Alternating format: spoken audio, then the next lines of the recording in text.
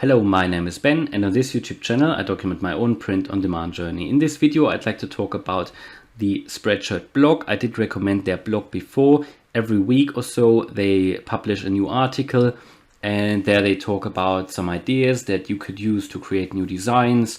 They try to inspire you, they give you some tips and tricks about print-on-demand and t-shirt design. So I really want to talk about this article here, which came out very recently. It's about design inspiration and street art. So they basically say, t-shirts should be a bit creative, and they try to give you some ideas for, what you could do to stand out from the crowd when you create your t-shirt designs. And you probably heard about, so they talk about a few ideas. One is, designs similar to Banksy. I don't know if you know Banksy, he's a street artist. You find his art basically, I think in the UK mainly, on walls, and it is basically featured by abstract images in black and white, but there is particularly one expressive color which is often highlighted. So here you can see the blue mask, for example, or here the red dot, and it normally conveys a political or social commentary, and certain idea. Of course, admittedly, this is quite hard to recreate. Maybe, and I talk about some potential ways of how you can get these done if you're not an artist yourself. But let's go further. So another idea is to talk about or to create maybe text-based designs with graffiti. So graffiti, these 80s, 90s designs, they often work really well. And for me, generally like retro designs or the 80s or 90s, they sell quite well. But one way how to really, put the idea of the 80s or the 90s onto a t-shirt design maybe, or even something else. It doesn't need to be a t-shirt, could be anything in print on demand, could be a book, could be a mug even. So is to put something like a graffiti style text on there. So it could be single words or short sentences in colorful, bold and exaggerated font. So if you don't know how to get graffiti fonts, I'm going to show you a way in a minute. Then talk about tagging. To be honest, that seems to me very similar to graffiti. They basically say that street artists put their unique signatures under graffiti, and over time the tags themselves became an art form. So something like that here that you can see, but for me it looks still very similar to graffiti. But they also say that this style fits perfectly with strong statements, especially on sticker designs. And I can imagine that would work really well if you have a strong statement, very short sentence or just 2 words. I think that might work really well. And then they talk about photorealistic designs.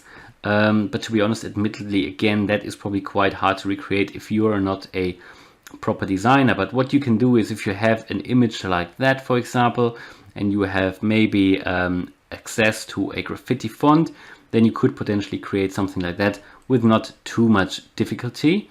And how can you get these images and graffiti fonts? So graffiti fonts, I was questioning myself really, where can I get these? Because I started to use these graffiti fonts a moment ago, a while ago, and some of these have really sold. So I had some sales just from creating something similar like this here on a t-shirt. So basically I tested it out a while ago, used some of the texts that were my best sellers anyway, already on, just white text, black background t-shirts.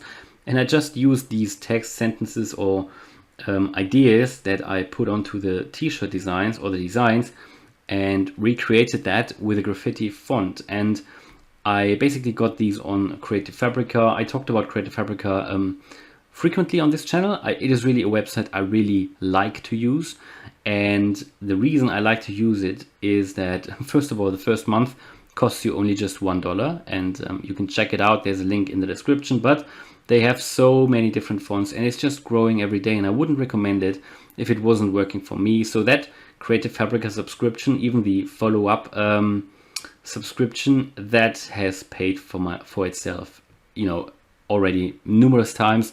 So every month I pay for the subscription, and then I can download anything on the website. But because I have generated already I generate more sales every month there on the different print-on-demand websites than actually the subscription cost is. So I make profit from Creative Fabrica, really like it. And the way to find, for example, these graffiti designs is to go to fonts, for example. I just show you that way, fonts, and then I would type in graffiti graffiti or graph, and then you can see already the suggestions here, and graffiti stylish. So then it comes up all sorts of different graffiti designs, and there will be more if you just had you properly look. But that is just one idea. You can click through here, you can see the images, you can see the different, you can see some examples, and you can mix them up with different ones as well. So if I just go back once more, just try it again, graffiti. Let's see what comes up. I don't even know if I spelled it correctly, I think so. But even if not, 900 results of different fonts that relate in some way to graffiti. And you can see it here. This is pretty similar. There you go. Scroll down. And you can see all sorts of cool fonts. Graffitazi, Graffiti Rebel. And I think I didn't spell it correctly, so it's probably more like that. 970 results, and feel free to have a look. It doesn't cost anything to just have a look. And the prices that you can see here, well, they are if you really wanted to purchase a font, but what I recommend is that you actually try out the £1 subscription or $1 subscription. And they also have freebies, and sometimes in the freebies there might even be a graffiti font. So this was really just about street art, as a way of creating designs that you might not have thought about. And that's why I think sometimes it's worth just checking out the Spreadshirt blog from time to time. Really useful. And feel free to have a look on Creative Fabrica. You can find a link in the description. And I hope that video was useful. If you liked it, again, please smash the like button. Please comment and please subscribe if you want to follow me on my print on demand journey. Thanks a lot for watching. Bye.